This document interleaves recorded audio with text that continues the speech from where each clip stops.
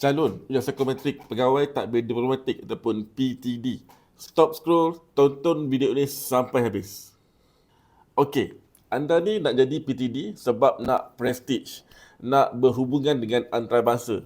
Betul tak?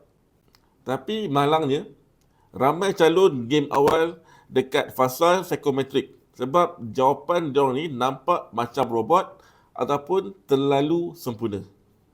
Sebagai seorang PTD, anda ni bakal pegang tanggungjawab berat dalam penggubalan dasar dan pentadbiran kerajaan.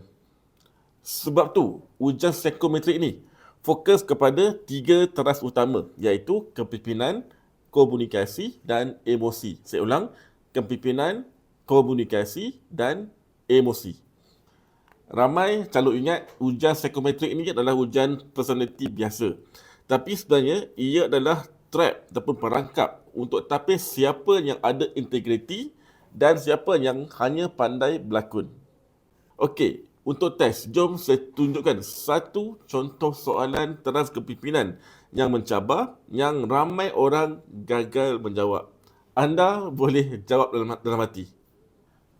Saya tidak takut untuk menyuarakan pendapat yang berbeza jika saya yakin ia adalah untuk kebaikan jabatan dan negara. Saya ulang, saya tidak takut untuk menyuarakan pendapat yang berbeza jika saya yakin ia adalah untuk kebaikan jabatan dan negara.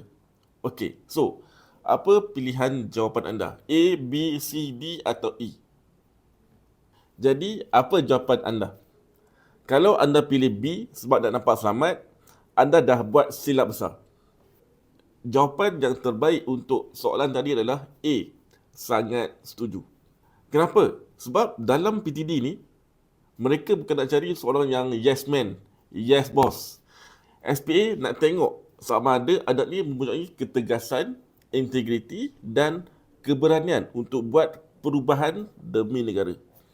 Nampak tak? Satu soalan pun buat korang dah pening. Bayangkan ada lebih 300 soalan dalam exam sebenar nanti. Habis.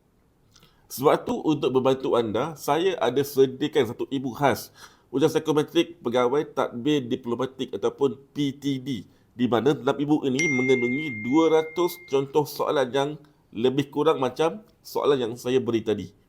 Paling penting, dia ada kupasan kenapa jawapan A itu betul dan kenapa pilihan lain jadi red flag untuk SPA. Dalam e-book ini juga mengandungi list 10 soalan paling mengelirukan yang selalu buat calon tercedok. Tahun 2026 ni, persaingan untuk menjadi seorang PTD makin gila. Jadi, jangan masuk perang tanpa senjata.